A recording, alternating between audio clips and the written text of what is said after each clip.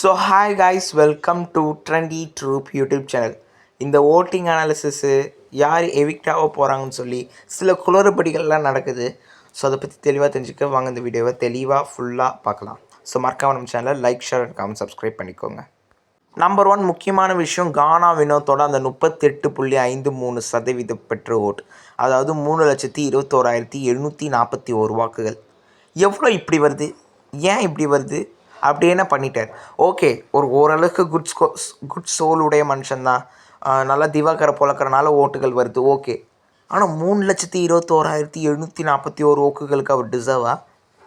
ஏன்னா நான் ஒரு பர்டிகுலராக சோர்ஸஸ்லாம் கேட்டேன். அதாவது போன சீசனோட டைட்டில் வின்னருக்கு கடைசி வாரம் வந்த ஓட்டு 2,85,000 சம்திங் தானே.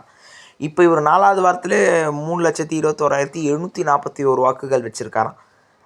நம்ப முடியலையே. ஒருவேளை அதுவாக இருக்குமோ? அதனால தான் பிஆர் அதுவாக தான் இருக்கும்னு நினைக்கிறேன். கானா வினோத்தும் ஃபிக்ஸ் பண்ணியிருப்பார் தான் எனக்கும் தோணுது.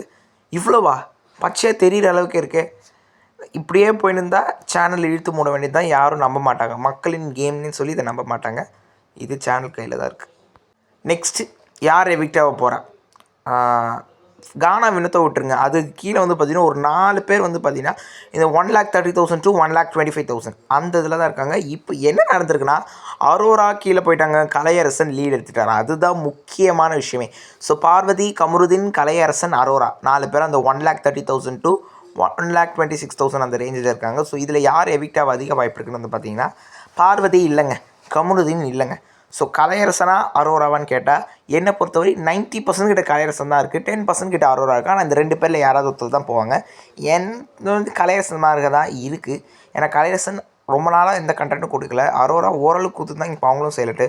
ஸோ இந்த வாரம் கலையரசன், அடுத்த வாரம் அரோரா, டபுள் எலெக்ஷன் தான் இவங்க 2 பேர் போவாங்க. டபுள் எலெக்ஷன் நடக்காது, ஏன்னா 5 பேர் தான் நாமினேஷனு. பொறுத்து வந்து பார்ப்போம். ஸோ அடுத்த வீடியோவில் சந்திப்போம். பாய்.